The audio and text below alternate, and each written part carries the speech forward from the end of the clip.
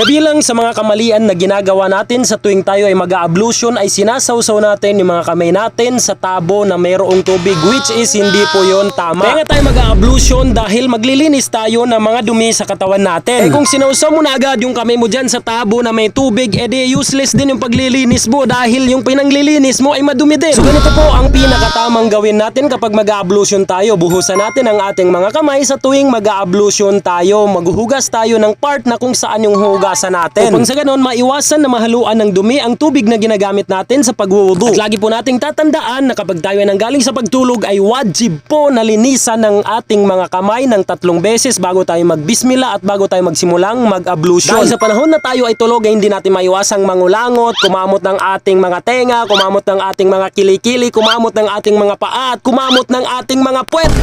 Tapos paggising mo, sinawsaw mo na agad yung mga kamay mo dyan sa tubig, edi nagmekos-mekos na yung mga kinamot mo dyan sa tubig. Kaya next time, huwag mo nang isasawsaw ang iyong mga kamay sa tubig.